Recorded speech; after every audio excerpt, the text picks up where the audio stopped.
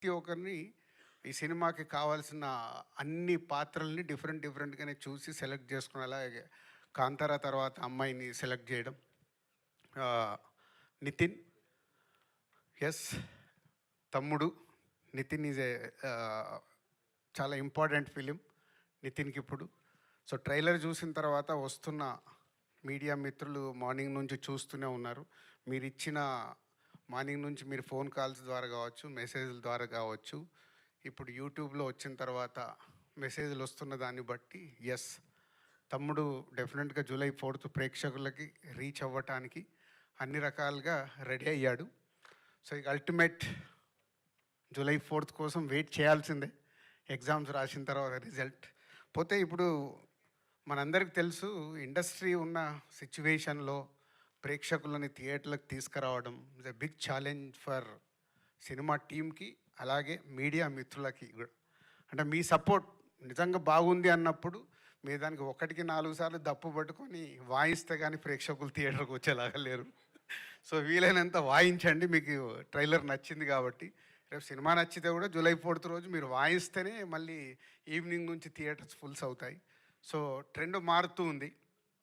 అలాగే కొన్ని అంటే ఖచ్చితంగా జెన్యున్గా ఉండాల్సిన సిచ్యువేషన్సే ఫామ్ అవుతున్నాయి. ఒక మంచి సినిమాని మనం ప్రేక్షకుల దగ్గరికి తీసుకెళ్ళి వాళ్ళని థియేటర్కి రప్పించి వాళ్ళకి నచ్చితేనే ఆ సినిమా చూస్తున్నాం. లాస్ట్ 6 monthsలో only 4 to 5 films successful films అంటే చాలా బ్యాడ్ షేప్లో ఉన్నాం.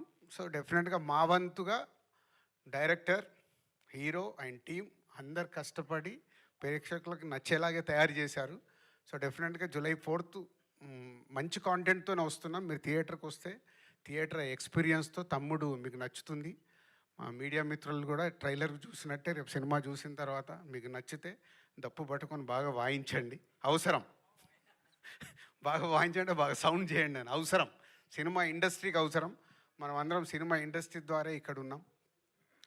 అలాగే కొన్ని ఈ సినిమా జరుగుతున్నప్పుడు చాలా మారుతూ వచ్చాయి. అంటే ఇన్సిడెంట్ నాకు తప్పకుండా చెప్పాలని ఉంది. దిస్ ఎ బిగ్ నా 22 years కెరియర్లో ఇది ఒక బిగ్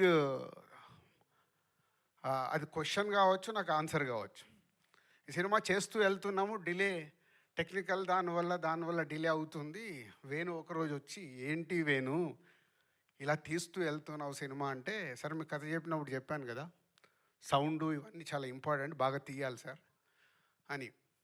సరే కరెక్టే, ప్రొడ్యూసర్గా అల్టిమేట్ నాకు రెవెన్యూ మళ్ళీ రిటర్న్ రావడమే కదా, మరి దీనికి ఎలా అంటే నా 22 yearsలో అదొక నాకు సర్ప్రైజ్ మూమెంట్. సార్ నేను ఇప్పటివరకు ఇంతే డబ్బు డ్రా చేశాను, రేపటి నుంచి నేను రూపాయి డ్రా చేయట్లేదు ఈ సినిమాకి. సినిమా హిట్ అయిన తర్వాత మీరే పిలిచి ఇవ్వండి సార్ అని. అంటే థ్యాంక్ యూ వేణు. అంటే ఒక డైరెక్టర్ని మేము సపోర్ట్ చేసినట్టు ఒక డైరెక్టర్ కూడా ఒక సినిమాకి అవసరం అన్నప్పుడు అలా సపోర్ట్ చేయడం చాలా అవసరం. వేణుది అయిపోయాక ఈ మధ్య నితిన్తో కూడా, నితిన్ ఇలా ఉంది మరి ఏంటి అంటే, అంకుల్ మీరు ఏం పంపించాలనుకుంటారో అంతే పంపించండి, నేను రెమ్యునరేషన్ గురించి పెద్ద ఆలోచించట్లేదు. Thank you Nitin. అంటే ఇది ఎగ్జాంపుల్. ఒక దిల్ రాజుకే ఇలా డైరెక్టర్ అండ్ హీరో వచ్చి సపోర్ట్ చేస్తున్నారంటే ఎంత అవసరం అనేది అందరు ఆలోచించాలి. సక్సెస్ వచ్చినప్పుడు అందరు రెమ్యునరేషన్లు పెరుగుతాయి. ఫెయిల్యూర్ అయినప్పుడు ఒక ప్రొడ్యూసర్ డిస్ట్రిబ్యూటర్ డ్యామేజ్ అవుతాడు.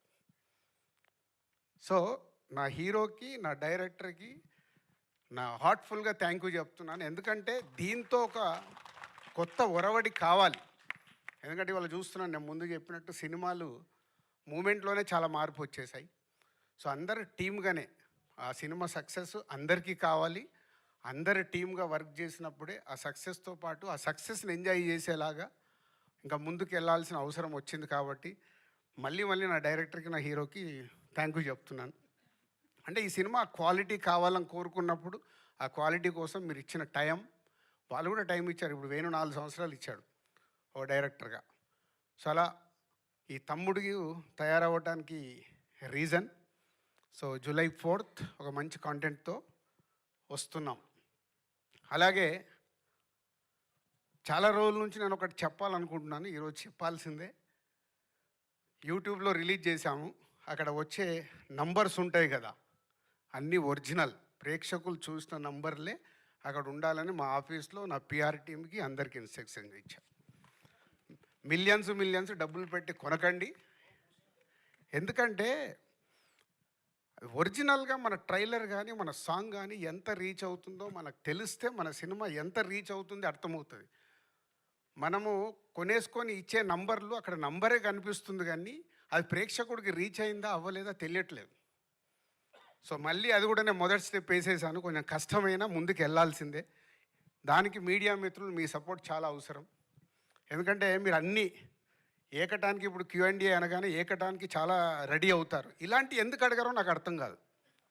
ఇవి కదా మీరు Q&Aలో ఫాల్సీ ఆపాలి. ఫాల్స్కి వెళ్తున్నాయి ఆపడానికి ప్రయత్నం చేస్తే అది గుడ్ హెల్దీ తయారవ్వాలండి. నేను ఎవరి మీద I'm not telling about any controversial. జెన్యున్గా మన సినిమా ఎలా రీచ్ అవుతుంది మనకు తెలిసినప్పుడే, ఓహో మనం ఈ కాంటెంట్ బాగా తీసాము, ఇది రీచ్ అవుతుంది, ఇది రీచ్ అవ్వట్లేదు అంటే ఏం చేయాలి? సో దానికి ఒక అవేర్నెస్ ఉండాలి. దానికోసం నేను నిర్ణయం తీసుకున్నా. నా పిఆర్ టీంకి చాలా స్ట్రిక్ట్గా చెప్పా, వద్దు ఈ సినిమా నుంచే మొదలు పెడదాం. విషయం ఉంటే 100% ప్రేక్షకులు చూస్తారు, విషయం లేదనుకో వాళ్ళే రిజెక్ట్ చేస్తారు. ఇంకెందుకు మనకు టెన్షన్? మంచి విషయం ఉన్న సినిమా తీయాలి. ఇప్పుడు సంక్రాంతికి వస్తున్నాం, తీసాం, నచ్చింది కాబట్టే ఒక regional cinema all time record అయింది కదా.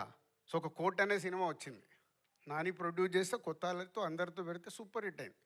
సో కాంటెంట్ మనం రీచ్ చేయగలిగినప్పుడు ఆటోమేటిక్ సూపర్ హిట్ అవుద్దని 2025లో మనకు ప్రూవ్ అయింది. సో కాంటెంట్లో కష్టపడదాం, కాంటెంట్తో రీచ్ చేద్దాం అన్ని సినిమాల్ని.